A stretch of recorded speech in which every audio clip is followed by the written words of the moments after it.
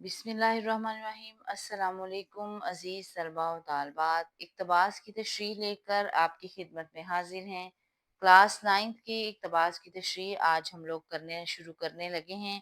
इक़्तिबास की तशरीह जो है बच्चों को बड़ा मुश्किल क्वेश्चन लगता है। पहले भी आपको मैं 3-4 इक़्तिबासात की तशरीह करवा चुकी हूँ। आज हम लोग 9th के चैप्टर मुल्की परिंदे और दूसरे जानवर जो हैं उसके इक़्तिबास की तशरीह करना शुरू करने लगे हैं। इसमें मुसन्निफ़ ने बहुत सारे जानवरों और परिंदों का ज़िक्र किया है, लेकिन जब हमने जो है इक़्तिबास की तशरीह करनी है तो उसमें हम लोगों ने जिस जानवर के बारे में उन्होंने बताया गया है बस उसी का ज़िक्र जो है वो करेंगे। तो यहाँ जो इक़्तिबास लिया गया है वो इस चैप्टर के अंदर एक जानवर है भैंस, उसी का ज़िक्र किया गया है। तो वहाँ से ये पैराग्राफ लिया गया है। इक़्तिबास की तशरीह की आप हेडिंग देंगे, उसके बाद पूरा पैराग्राफ नहीं लिखेंगे बल्कि 3-4 अल्फ़ाज़ शुरू के और 3-4 अल्फ़ाज़ आखिर के लिखेंगे। मसलन वो अक्सर नीमबाज से लेकर ज़्यादा खुशनसीब है, यहाँ तक जो है पैराग्राफ है जिसकी हम तशरीह करना शुरू करने लगे हैं। तो इस इक़्तिबास के जो है इक़्तिबास का जो क्वेश्चन है इसके 3 पार्ट्स होते हैं। सबसे पहला जो पार्ट है वो है हवाला मतन, सेकंड पार्ट जो है वो है ख़त कशीदा अल्फाज के मायनी और थर्ड पार्ट है तशरीह। और इनमें जो हवाला मतन है इसका 1 नंबर होता है, पॉइंट 5 और पॉइंट 5 जो है इस सबक का उन्वान और मुसन्निफ का नाम का होता है। खत कशीदा अल्फाज के मायनी जो हैं वो 2 मार्क्स के होते हैं और तशरीह जो है ये भी 2 मार्क्स की होती है। आपको पेपर में 2 इक़्तिबासात आते हैं 9th में भी और 10th में भी, कोई चॉइस नहीं होती, दोनों ही इक़्तिबासात आपके लिए करने बहुत ज़्यादा ज़रूरी होते हैं। तो आज हम लोग बहुत सारे बच्चे जो हैं इक़्तिबास की जब तशरीह करते हैं तो पूरे का पूरा खुलासा लिख देते हैं, जिनकी वजह से उनकी इक़्तिबास की तशरीह गलत हो जाती है। तो आज हम आपको बताएँगे कि आपने इक़्तिबास की तशरीह जो है वो किस तरीके से अटेम्प्ट करनी है। तो सबसे पहले हम देखते हैं हवाला मतन। हवाला मतन जो है उसमें 3 चीज़ें ज़रूरी चीज़ें जो है वो है सबक का उन्वान और मुसन्निफ का नाम। माखिज़ या सिन्फ़ अगर आपको मालूम है तो आप लिखें, ये चेकर पे अच्छे इंप्रेशन डालती हैं। इसके मार्क्स नहीं होते, इन दोनों के ही मार्क्स मिलेंगे आपको। सबक का उन्वान मुल्की परिंदे और दूसरे जानवर, मुसन्निफ का नाम है शफीकुर रहमान और माखिज़ का मतलब है किस किताब से लिया गया है, तो शफीकुर रहमान की किताब मज़ीद हमाकते में से ये सबक जो है वो लिया गया है। उसके बाद खत कशीदा अल्फाज के मायने 4 आते हैं आपको पेपर में, लेकिन हमने इस पैराग्राफ में जितने भी मुश्किल अल्फाज थे वो लिखे हैं, तकरीबन 5 हैं, तो ये आपके अल्फाज मायनी हैं। सेकंड पार्ट जो है ये आपका अल्फाज मायनी का होता है। तो सबसे पहला लफ्ज़ है नीमबाज आँखों, आधी खुली आँखें, उफ़क़ आसमान को कहते हैं, तकती रहती, देखती रहती, क़यास सराइयाँ करना, ख़्याल ज़ाहिर करना और हाफ़ज़ा का मतलब है याददाश्त। तो अब हम लोग जो हैं मुश्किल अल्फाज आप लोगों ने जब तशरीह करनी है तो मुश्किल अल्फाज जो हैं उनके मीनिंग को पुट करते हुए आपने जुमले चेंज करने हैं। अल्फाज ये वाले अल्फाज जो हैं ये आप नहीं लिखेंगे तशरीह के अंदर, बल्कि इनके जो मायनी हैं उनको इस्तेमाल करेंगे। जब आप इन मायनी को इस्तेमाल करेंगे तो आपका जुमला खुद ब खुद चेंज हो जाएगा और असल में तशरीह में हमने जुमले को ही बदलना होता है, जुमले को ही चेंज करना होता है। तो अब हम लोग जो हैं इसकी तशरीह शुरू करने लगे हैं। तशरीह के का जो फर्स्ट पैराग्राफ है वो इस चैप्टर का बैकग्राउंड होता है। बैकग्राउंड यानी कि जो आपको ये अब मिड का पैराग्राफ दिया गया है, दरमियान का पैराग्राफ लिया गया है, तो इस दरमियान के पैराग्राफ से पहले-पहले चैप्टर में क्या बताया गया है, वो हम फर्स्ट पैराग्राफ में जो है वो लिखते हैं। तो अभी मैं पढ़ना शुरू करने लगी हूँ। शामली निसाब सबक मुल्की परिंदे और दूसरे जानवर को शफीकुर रहमान ने मज़ाहिया और तंजिया अंदाज में तहरीर किया है। इस सबक में मुसन्निफ ने हमें तमसील निगारी से रोशनास करवाया है। उन्होंने मुख्तलिफ जानवरों और परिंदों को अलामत के तौर पर इस्तेमाल किया है। उन्होंने मुख्तलिफ जानवरों और परिंदों की कुछ आदात का जिक्र करके असल में इंसानों की कुछ आदात पर तंज किया है।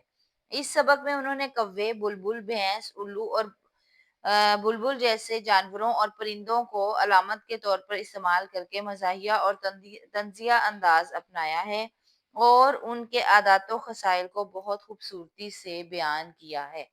अब कुछ जो हैं चैप्टर ऐसे होते हैं जिनके इक़्तिबासात की तशरीह जो बैकग्राउंड होता है वो हम इस किस्म का लिखेंगे। एक इस चैप्टर का और एक आपको मैंने शायरों के लतीफ़े का भी इक़्तिबास करवाया था। इनका जो भी बैकग्राउंड है ये हम हर इक़्तिबास की तशरीह में यही वाला पैराग्राफ जो है वो लिख सकते हैं।